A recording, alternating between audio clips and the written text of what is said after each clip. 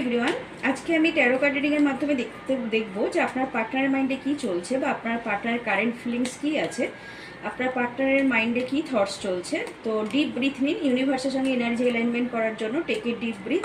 আমি দেখে নিচ্ছি আপনার পার্টনারের মাইন্ডে আপনাকে নিয়ে কী থটস চলছে বা কী চিন্তাভাবনা চলছে।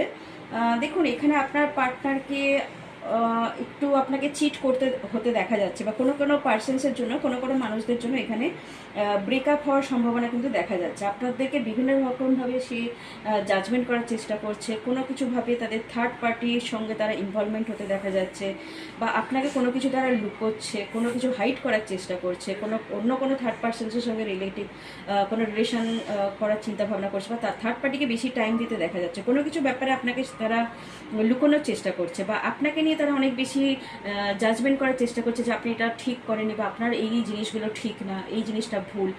কিছু কিছু মানুষের ব্রেকআপ হওয়ারও সম্ভাবনা দেখা যাচ্ছে, কিছু কিছু মানুষকে চিটেড হতে দেখা যাচ্ছে।